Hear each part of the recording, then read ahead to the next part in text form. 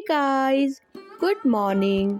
Welcome back to Goyal family food and vlog. Guys, आज के vlog में मैं अपना सुबह से लेके रात तक का फुल डे रूटीन शेयर करने वाली हूँ। आई होप कि आप इसे पसंद करेंगे। तो चलिए फिर बिना देरी किए व्लॉग को स्टार्ट करते हैं। गाइस, आपने मेरे पहले व्लॉग में देखा होगा मेरे दिन की शुरुआत हो जाती है सुबह 5 बजे से। चलिए, मैं उठ गई हूँ और सबसे पहला काम करा है मैंने हस्बैंड की यूनिफॉर्म को प्रेस करने का, और साथ में पी रही हूँ मैं गर्म पानी।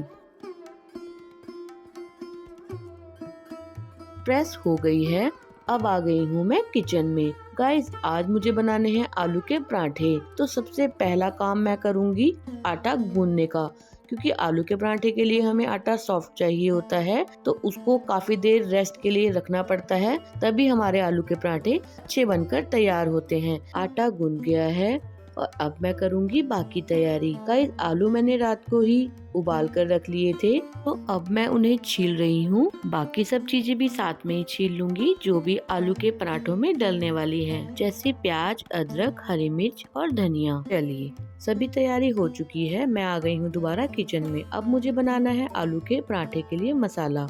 आलू मैंने पीस लिए हैं और सभी चीजें डाल दी हैं, और सूखे मसालों में मैं वही बेसिक मसाले डाल रही हूँ, जैसे लाल मिर्च, अमचूर पाउडर, नमक, धनिया जीरा पाउडर और अजवाइन। गाइस, ये मसाला अभी मैं अपने हस्बैंड के लिए और अपने लिए बना रही हूँ।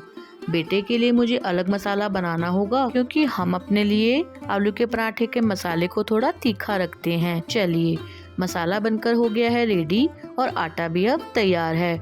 अब मुझे बनाने हैं फटाफट से पराठे। गाइस, वैसे मैं आलू के पराठे या किसी भी तरह के पराठे बनाने का काम ज्यादातर छुट्टी वाले दिन करती हूँ, लेकिन रात को ही हस्बैंड ने बोला कि मुझे सुबह सिर्फ ब्रेकफास्ट चाहिए, लंच मुझे नहीं लेकर जाना। फिर मैंने सोचा कि थोड़ा टाइम होगा, आलू मैंने रात को उबाल दिए थे, इसीलिए मैंने सुबह आलू के पराठे बनाने का सोचा। चलिए, चाय भी बनानी रख दी है और हस्बैंड भी रेडी है नाश्ता करने के लिए। फटाफट से बना लेती हूँ नाश्ता और हस्बैंड को करा देती हूँ। हस्बैंड नहा धो के पूजा करके बैठ गए हैं नाश्ता करने के लिए, और नाश्ता भी बिल्कुल रेडी है। गाइस, मेरे हस्बैंड को घी मिलाई मक्खन खाना बिल्कुल भी पसंद नहीं है, और मैंने गलती से लगा दिया था पराठे पे देसी घी। अब मैं उनको कन्विंस कर रही हूँ कि थोड़ा ही है, खा लीजिए। हस्बैंड ने नाश्ता पानी कर लिया है और हस्बैंड को चलाना है पूरा घर, तो वो जा रहे हैं अपनी ड्यूटी पर, और मुझे संभालना है पूरा घर, इसीलिए मैं आ गई हूँ अपनी ड्यूटी पर। गाइस, हस्बैंड के ड्यूटी जाने के बाद मैं कुछ देर का रेस्ट लेती हूँ, यानी 4 से 5 मिनट का। उसके बाद मैं लग जाती हूँ दोबारा अपने काम में। चलिए, अब मैं आ गई हूँ अंदर, और अब मुझे घर का काम शुरू करना है। मैं अपना काम शुरू करती हूँ इधर उधर फैले सामान को ठिकाने लगाने से। अभी दूसरे रूम में तो बेटा सोया हुआ है, तो फिलहाल मैं इसी रूम को सेट कर देती हूँ। मैंने छोटा मोटा सामान उठा दिया है, और आज मुझे इस बेड की चादर को बदलना है। गाइस, वैसे तो मुझे ये चादर आज भी बहुत ज्यादा गंदी नहीं लग रही, लेकिन मैं सोच रही हूँ कि आज मुझे कपड़ों को धोना है, इसीलिए मैं ये चादर बदल ही देती हूँ। मैं बेड पर चादर के नीचे दरियां बिछाती हूँ, ताकि बेड पर चादर टिकी रहे। मैं दरियां बाहर जाकर झाड़ कर ले आई हूँ और बिछा दी है, और अब है चादर बिछाने की बारी। चलिए, बेड की चादर बिछ गई है, और बदलनी है मुझे अपने दीवान बेड की भी चादर। अभी बेटे की ड्रेस याद आ गई है, क्योंकि मुझे कपड़े धोने हैं, और आप सब जानते हैं बेटे के स्कूल का टाइमिंग है 12:30 बजे का, तो उससे पहले मुझे इसकी ये ड्रेस धोकर करनी है रेडी। चलिए, ये तो हो जाएगी। फिलहाल सबसे पहले मैं बदल लेती हूँ दीवान की चादर। गाइस, ये चादर थी वुलन की। अब वैसे भी मौसम में बदलाव आ गया है, तो बेटा बोलता है मम्मा इस चादर को बदलो। जब मैं इस पे बैठता हूँ तो मुझे करंट लगता है, और वाकई में ऐसा होता भी है। इसीलिए बस एक दीवान पे वुलन की चादर थी, आज मैंने उस पे भी कॉटन की चादर बिछा दी है। अब मैं आ गई हूँ दूसरे रूम में, जहाँ बेटा सोया हुआ है। वैसे तो बेटा अक्सर हमारे साथ ही सोता है, लेकिन रात को पढ़ते पढ़ते बेटे को यहीं पर नींद आ गई थी। ऐसे तो यह उठने में बहुत ज़्यादा नखरे करता है, लेकिन अभी इसको याद है कि मुझे पढ़ाई करनी है, क्योंकि फ़िलहाल सभी बच्चों के चल रहे हैं फाइनल एग्ज़ाम, और मेरे बेटे के भी अभी स्टार्ट होने वाले हैं। गाइस अभी है फाइनल एग्जाम और दूसरी बात है अभी है जाती सर्दी, तो इस समय बच्चों को बचाना बहुत ही ज्यादा जरूरी है। तो मैं सबसे पहले इसके कपड़े रेडी करके रख देती हूँ ताकि बेटा सो के उठते ही इन कपड़ों को पहन सके। लेकिन ये है बच्चे, अगर शरारत ही नहीं करेंगे तो बच्चे कौन कहेगा। अब कह रहा है कि नहीं, मुझे तो रजाई के अंदर ही घुस के बैठना है, मैं कपड़े नहीं डालूंगा। मैं भी माँ हूँ इसकी, मैं जानती हूँ, मैं जहाँ जाऊंगी मेरे जाते ही मेरे पीछे पीछे आ जाता है ये। इसीलिए थोड़ा प्यार से और थोड़ी डांट फटकार से मैंने आखिरकार इसको कपड़े पहना ही दिए हैं। और गाइस सभी माएँ जानती हैं कि ये ऐसे काम हैं जिसे हम इग्नोर कर ही नहीं सकते। अब बेटे को तो उठा दिया है, अब मैं जा रही हूँ सीधे छत पर, क्योंकि मुझे धोने हैं आज कपड़े और वॉशिंग मशीन हमारी छत पर पड़ी है। अभी 2-3 दिन लगातार बारिश थी और आज निकली है बहुत अच्छी धूप, तो इसी धूप का फायदा उठाते हुए मैंने सोचा है कि मैं कपड़े धो लेती हूँ। और देखिए आ गया पीछे पीछे, मैं जानती थी। फिलहाल बेटे की हेल्प से मैंने वॉशिंग मशीन बाहर निकाल ली है और वाइट कपड़ों का पहला बैच मैंने डाल दिया है मशीन में। और तुरंत बाद आ गई हूँ मैं नीचे, क्योंकि अब मुझे अपने लिए और अपने बेटे के लिए ब्रेकफास्ट रेडी करना है। तरफ दूध उबलने रख दिया है, वो भी तेज गैस पे, और मेरी नजरें तब से दूध से हटी नहीं रही। सब जानते हैं दूध की आदत को, नजरें हटी और दुर्घटना घटी। इसीलिए मैंने सोचा है सब काम छोड़ के पहले मैं दूध उबाल देती हूँ, फिर बाकी काम करूँगी। गाइस मेरे लिए तो आलू का मसाला तैयार है, लेकिन अभी मुझे बनाना है बेटे के लिए आलू का मसाला, तो मैं पहले वो रेडी कर लेती हूँ, फिर बना लूंगी ब्रेकफास्ट। चलिए मसाला तो रेडी हो गया है और बेटे ने बोला मैं तो सिर्फ एक पराठा खाऊंगा, तो मैंने कहा कोई बात नहीं, मैंने उसके पराठे का साइज ही बड़ा कर दिया है। चलिए बना लेते हैं ब्रेकफास्ट, और फटाफट ब्रेकफास्ट करने के बाद मैं लग जाऊंगी फिर से अपने काम में। हो गया यार, मेरे से क्वेश्चन आंसर सुन लो जो आपने कहा था, याद कर लिए। कौन से वाला किया है? न्यूज़पेपर रिपोर्ट एनिमी वाला सुनाओ। Newspaper report tells that enemy is affecting physically as well as mental health of ability to study properly. Guys मैं अपने घर के काम के साथ साथ अपने बेटे की स्टडी का भी पूरा ख्याल रखती हूँ। मैं जब ब्रेकफास्ट बना रही थी तब मैंने उसको पढ़ने के लिए बिठा दिया था। चलिए फिलहाल ब्रेकफास्ट बन गया है। ब्रेकफास्ट करने के तुरंत बाद मैं चली गई थी छत पर कपड़े धोने के लिए। ऑलमोस्ट कपड़े धोकर मैं आ गई हूँ नीचे बाकी के काम खत्म करने के लिए। ऐसे लेटने का क्या मतलब है? उठ के बैठ जा जल्दी, तो समझ नहीं आ रही है, मुझे नींद आती है, आलस मेरी पड़ना चाहिए, सीधे होके बैठना चाहिए। जी हाँ, एक तरफ मैं करवा रही हूँ अपने बेटे के पेपर की तैयारी, तो मैं उसको पढ़ने के लिए छोड़ कर गई थी, नीचे आके देखा तो महाराज लेटे पड़े हैं। तो इस तरह उसको सुस्ती आ जाती है और वो कहता है कि मुझे नींद आ रही है। इसीलिए मैं उसे डांट रही थी कि उठ के बैठो, और मुझे वैसे भी ऐसे लेट लेट के पढ़ना बहुत ज़्यादा बुरा लगता है। Find out to whom the letter should be written and to which office it should be sent. Guys मेरे बेटे के स्कूल का टाइम 12:30 बजे का होने के कारण मुझे बहुत ज़्यादा दिक्कत आती है, क्योंकि यही टाइम उसके पढ़ने का होता है और यही टाइम मेरे अपने काम का, लेकिन मैं उसकी पढ़ाई को ज़्यादा तवज्जो देती हूँ। चलिए फिलहाल मैं उसको पढ़ा रही हूँ और साथ साथ में कर रही हूँ अपना घर का काम। गाइस जिसने मेरा टूर व्लॉग वीडियो देखा है वह जानते हैं कि मैं गई थी कुछ दिन पहले टूर पर, यानी 2-3 दिन घर बंद रहा था, जिसके कारण दरवाजे खिड़कियों पे बहुत ज़्यादा मिट्टी बैठ गई थी। तो आज झाड़ू मारने के साथ साथ मैं ब्रश भी हाथ में लेकर घूम रही हूँ।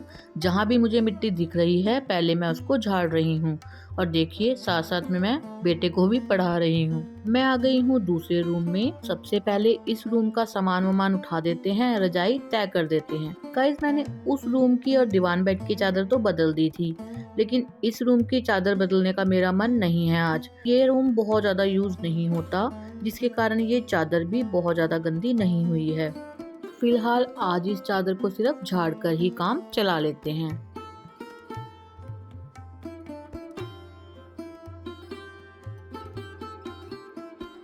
चलिए चादर झाड़ के बिछा दी है और फिलहाल इस कमरे में भी झाड़ पोंछ का काम कर देती हूँ। गाइस जब मैं इस व्लॉग की एडिटिंग कर रही थी तब मुझे थोड़ी हंसी आई, ये सोचकर कि अच्छा, मैं इतना काम करती हूँ क्या दिन का? मुझे लगा कि मुझे ये अपना व्लॉग ना अपने हस्बैंड को भेजना चाहिए, जो कहते हैं कि 2 घंटे के झाड़ू पोछा करने के बाद आखिरकार तुम पूरे दिन करती क्या हो? 2 घंटे, और यहाँ तो मुझे पूरे 12 घंटे भी कम लगते हैं अपने काम के लिए। चलिए, बातें तो बहुत हो गई।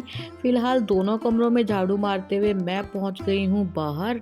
एक टेंशन ये भी है कि बेटे के स्कूल का टाइम भी हो रहा है। गाइस, कभी कभी पूरे दिन एक सांस में काम करने के बाद जब थोड़ी थकान होती है, लेकिन लगता है अभी काम तो बाकी है, तो मुझे उस वक्त एक कविता याद आ जाती है जो हमने कभी बचपन में पढ़ी थी। वो कविता तो थी वीरों के लिए, लेकिन मुझे लगता है कभी कभी वो कविता हमारे पे भी सूट करती है। आपको याद है वो कविता? वीर तुम बढ़े चलो, धीर तुम बढ़े चलो, सामने पहाड़ हो, सिंह सी दहाड़ हो, तुम निडर डरो नहीं, तुम निडर डटो वहीं।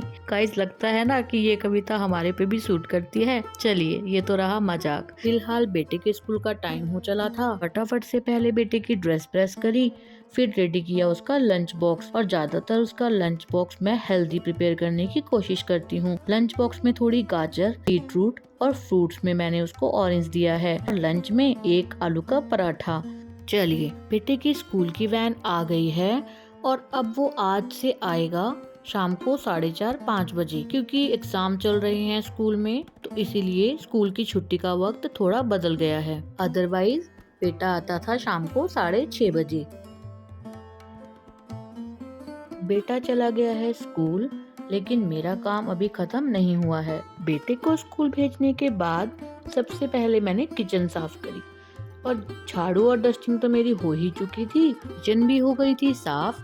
अब बचा था पोछे का काम, मैंने फटाफट से वो भी खत्म कर लिया था। पोछा लगाते हुए आ गई हूँ मैं बाहर, और बाहर आने के बाद सबसे पहले मैंने गंदी चप्पलों को साफ किया।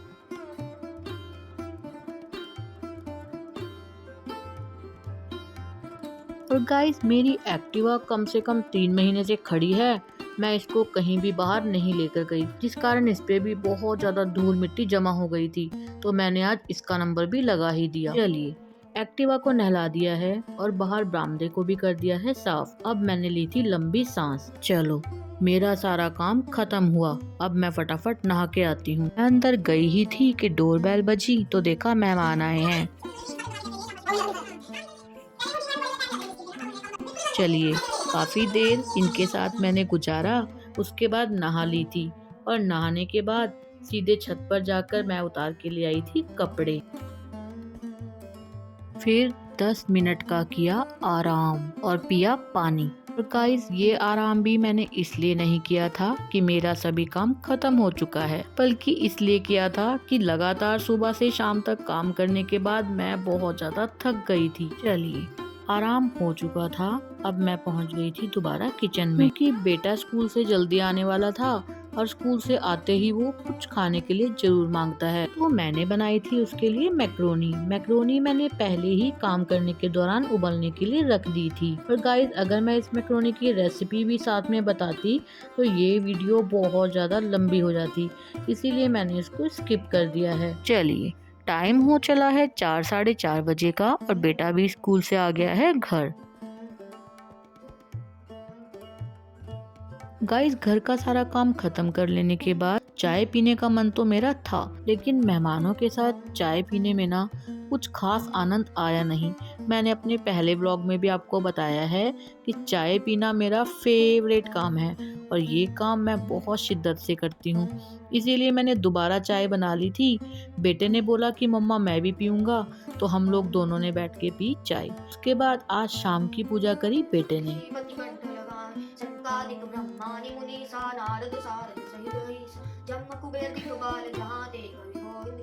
उसके बाद बेटे और मैंने इकट्ठे बैठकर एंजॉय करी मैक्रोनी और थोड़ा सा टीवी। फिर जो कपड़े मैं ऊपर से उतार कर लाई थी उनको तय करने की बारी थी। मैंने साथ में करे कपड़े तय, और साथ साथ में बेटे को पढ़ाने का काम भी किया।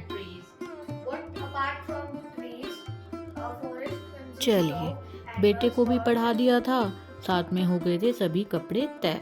अब आ गई है रात की बारी।